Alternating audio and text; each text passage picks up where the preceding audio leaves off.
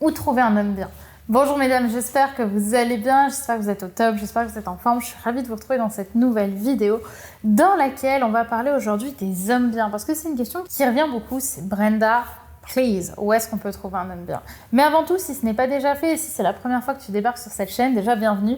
Je m'appelle Brenda Boucris et je t'accompagne depuis maintenant 8 ans quasiment à devenir une femme plus confiante, plus séduisante et à mieux comprendre les hommes qui t'attirent et qui t'intéressent. Donc si c'est un sujet qui te plaît, que tu as envie de devenir cette femme d'exception, je t'invite à t'abonner en cliquant sur le bouton rouge juste ici et tu verras que la psychologie masculine et la séduction au féminin n'auront plus de secret pour toi.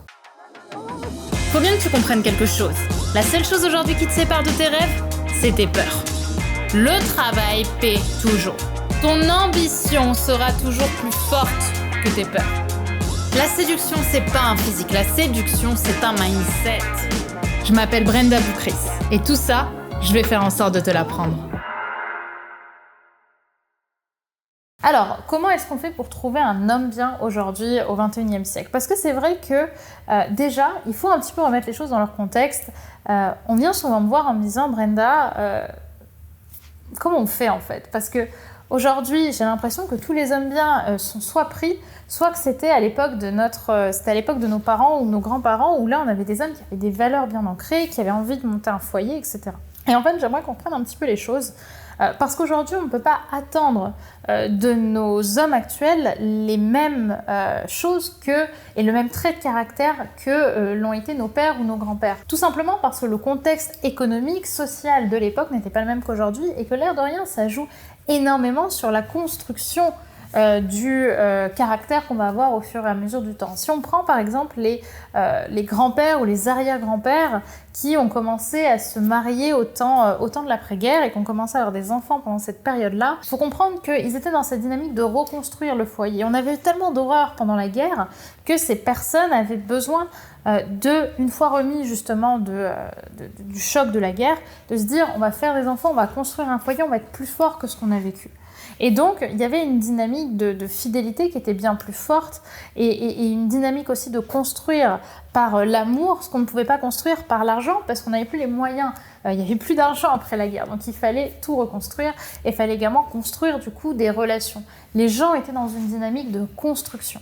Aujourd'hui, on est dans une société de consommation où c'est très facile d'arrêter des relations qu'on vient à peine de débuter. On n'est plus du tout dans la même dynamique, le pays s'est reconstruit, on est plutôt dans une dynamique de publicité, de surconsommation.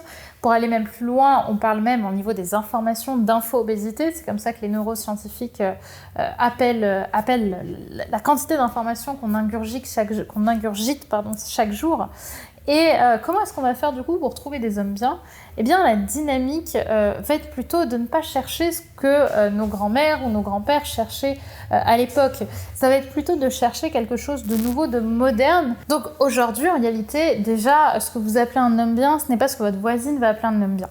Donc pour moi, déjà, qu'est-ce que vous appelez un homme bien? Commençons par là. Qu'est-ce qu'un homme bien a qu'un homme pas bien aurait? Est-ce que c'est dans ses valeurs? Est-ce que c'est dans son comportement? Est-ce que c'est dans son ambition professionnelle? C'est quoi pour vous un homme bien? Et ensuite, cet homme bien, où est-ce que vous allez pouvoir le trouver? En réalité, attention, warning, vous allez pouvoir le trouver partout. Parce qu'en réalité, des hommes bien, vous en avez partout. Mais par contre, ce que vous n'avez pas, c'est la capacité d'ouvrir un petit peu votre champ des possibles en vous disant tiens, si je m'intéressais à des hommes de qui je n'ai pas l'habitude de m'intéresser. Parce qu'aujourd'hui, le cerveau aime se rapprocher de ce qu'il a toujours connu pour avoir les résultats qu'il a toujours eu. Parce que même si ce n'est pas confortable pour vous, c'est la zone de confort de votre cerveau. C'est-à-dire qu'il va dans ce qu'il connaît. Donc plutôt que d'aller dans ce que vous connaissez, dans ce que vous avez l'habitude d'avoir en espérant un résultat différent, allez plutôt dans des systèmes, vers des hommes que vous n'avez pas l'habitude de fréquenter. Allez découvrir ce que vous n'avez jamais découvert dans votre vie sentimentale, en fait. C'est ça que j'ai envie de vous dire. Arrêtez d'aller vers le même type d'homme. Si vous allez vers le même type d'homme tout le temps, vous aurez toujours le même type de résultat. Cherchez justement à challenger en allant vers des hommes qui sont différents physiquement de ce que vous fréquentez d'habitude, qui font pas les métiers que les hommes que vous fréquentez ont l'habitude de faire, qui n'ont pas les mêmes hobbies, qui n'habitent pas même dans la même ville. Voyez, allez découvrir quelque chose de différent qui vous change de votre schéma habituel. Ça, c'est le premier point. Le deuxième point, c'est que justement, ce schéma habituel que vous avez, il va falloir l'observer et vous demander si, à un moment, ce n'est pas vous qui auto-sabotez la relation. Parce qu'en réalité, comme je le dis, des hommes bien, il y en a partout. Et si on n'était pas fait pour s'entendre avec les hommes, je peux vous garantir que l'humanité serait éteinte depuis longtemps. Donc plutôt que d'aller dire je ne trouve pas des hommes bien, demandez-vous aussi dans quel schéma est-ce que vous allez découvrir ces hommes. Est-ce que vous n'avez pas à un moment un comportement saboteur avec les hommes qui font que ces hommes-là fuient ou que ces hommes-là arrêtent la relation ou finissent par vous tromper? Même si évidemment chacun est responsable de ce qu'il fait et que ça ne pardonne pas et ça ne justifie pas la tromperie ou les différentes difficultés que vous avez pu avoir dans vos relations avec les hommes, il y a souvent un schéma qui se répète, qui est un schéma malsain, qui est un schéma toxique. Et c'est justement dans ce schéma-là aujourd'hui que vous devez travailler. Et là où je vous invite, du coup, surtout dans cette vidéo à le faire, c'est à faire le test que je vous offre gratuitement en ce moment, qui s'appelle « Quelle croyance inconsciente t'empêche de garder les hommes qui te plaisent ?» qui est disponible juste ici, juste en dessous en description et qui va vous permettre de comprendre les schémas négatifs toxiques que vous avez, qui résultent même d'une croyance qui vous empêche de trouver l'homme qui vous plaît vraiment, ok, et de pouvoir surtout le garder. Parce qu'on a tous des schémas saboteurs et le problème c'est que si on les éduque pas, on les comprend pas et on les met pas en conscience, ben, ils peuvent pas évoluer pour le meilleur.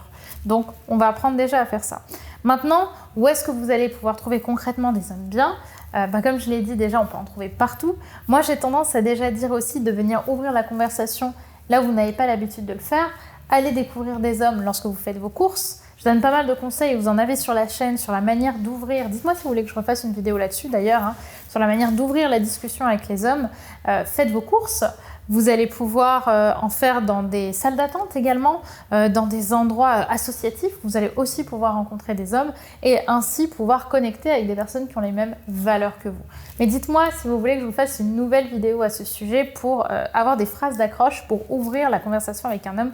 Je serais ravie de pouvoir vous les partager. J'espère que cette vidéo vous aura plu, vous aura inspiré et vous aura aidé à un petit peu mieux comprendre où trouver des hommes bien. Donc je suis désolée de vous ramener toujours à cette position de responsabilité, mais pour moi il n'y a pas d'hommes bien et d'hommes pas bien. Il y a quelques pervers narcissiques, ça existe, hein, c'est entre 2 et 3% de la population masculine aujourd'hui. Mais pour autant, dans la plupart des cas, on peut choisir de travailler justement sur nos insécurités pour arrêter d'émettre une fréquence qui va elle-même connecter avec la fréquence d'hommes qui ne vous rendront pas heureuse. Cherchez plutôt à changer votre propre fréquence, à changer ce que vous pouvez changer pour pouvoir attirer à vous naturellement des hommes qui auront envie de s'engager et avec qui vous aurez l'attraction nécessaire pour que ces personnes et vous créiez un couple sain. Voilà ce que j'avais envie de vous partager dans cette vidéo. Je compte donc sur vous pour faire votre test, hein, disponible juste en dessous en description. Et bien sûr à vous abonner en cliquant sur le bouton rouge, le bouton s'abonner juste ici, puisqu'on se retrouve dans quelques jours pour une nouvelle vidéo de conseils en amour, en relation homme-femme et en séduction. Bye bye!